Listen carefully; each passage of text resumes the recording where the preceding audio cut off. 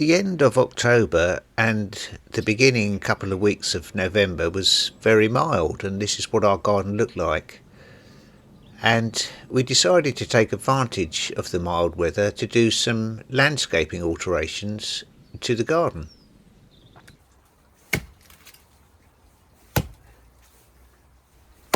We had these tree stumps left from some conifers, and they were the last plants, the last traditional plants that we had in the garden. And we left them right till last because it was going to cause a bit of a gap. But they were quite difficult to get out and took quite a bit of work to hack them off. Cutting these conifers down, it really marked our commitment to doing a tropical garden. I was trying to hang on to them really because I'd planted these quite a long time ago, and I quite liked the shape of them, and it really signified that we're just going to go totally tropical now and not have anything at all that's a traditional plant in the garden. We've looked at quite a lot of gardens online and decided that the ones we liked the best were the ones where they were all one theme.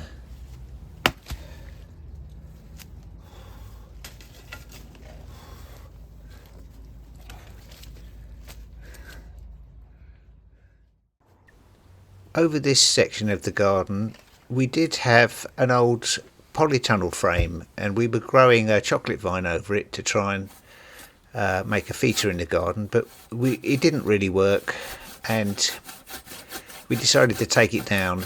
And this meant that we could have a new planting scheme, and we wanted to move the paths around to go around the plants, so that as you walked along the path and you took a corner, you would have a feature plant on that corner. Now all we did, we got these logs from a local tree surgeon, and I laid some cardboard down just to try and suppress a few of the weeds, and then he very kindly gave us some wood chippings which we laid on top just as a sort of woodland path.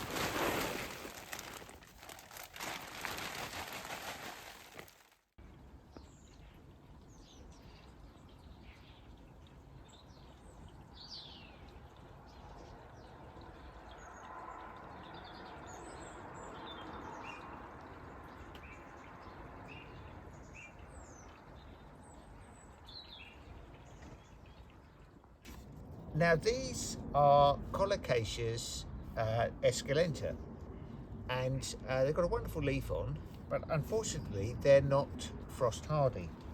So what we have to do is dig them out, and then we have to dry store the bulbs. So the first thing to do is to split them apart so that you've got, as they're like all knotted together.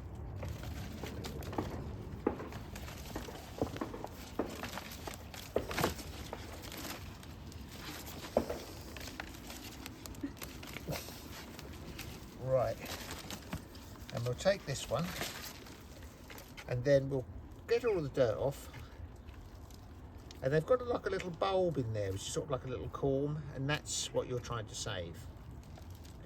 Now we don't need, it might seem harsh, but we don't need the top. We can cut that off. It will grow back next year. And we don't actually need the roots. We can cut the roots off as well. So, and you can see there the actual corm exposed. You can cut all these chaps off, and then once all the soil is off, we store him in the dark at around about 5 to 10 degrees in a box with some sawdust in to make sure that he stays nice and dry.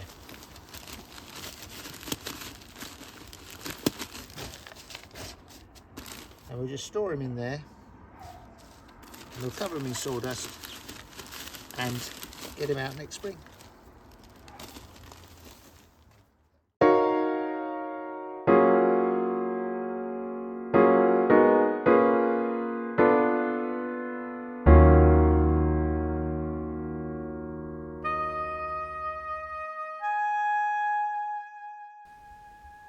Well, I think the saddest thing to do in the garden is to have to deal with the bananas, and the time has come to protect them for the winter. Now, these end-set ones we keep in our greenhouse, but they've got to come out the barrel first, so we have to cut all the leaves off and then try and dig them out.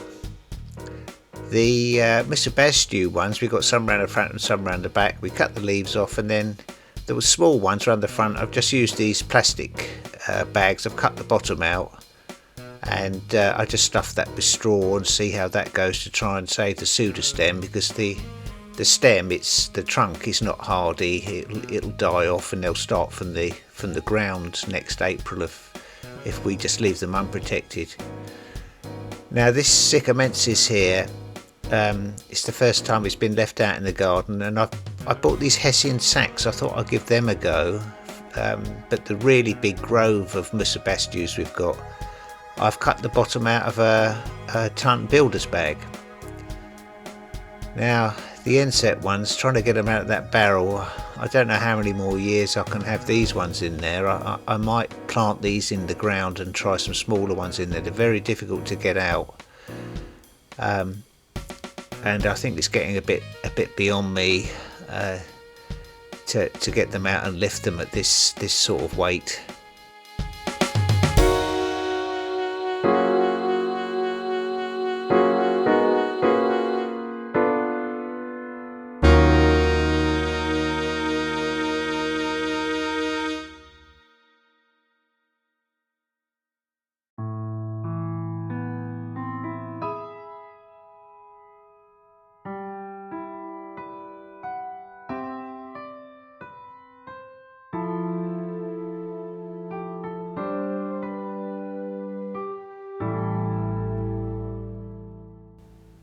This is the first year this tree fern will be outside with us. We bought it this year, and I've never left a tree fern outside. We've got a couple of smaller ones, and we just bring them in and put them in the greenhouse, but this chap is going to be left out, and we've had a look online, and we're going to try this method where you put a bit of fleece in the top to start with.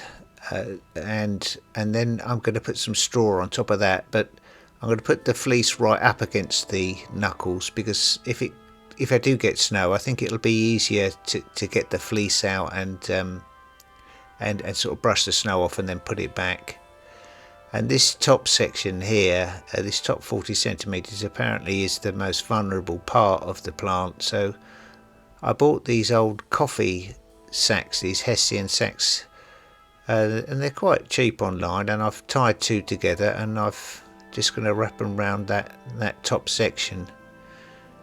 Now I did a little bit later on put another one a little bit higher up, a few centimeters higher up, because I'm just being a little bit overly cautious maybe. But in this video here you can see I've just wrapped it round, and then I've just tied it up with a bit of old baler wire which I got off the straw bales. Now, if you're looking for straw, it's quite cheap. It's about £4 a bale where we are, and I bought 4 bales. But the main problem with straw is what to do with it at the end of the season. And I found I tried to compost it, but it's very slow to compost, and we ended up just sort of burying it on one of the more remote borders.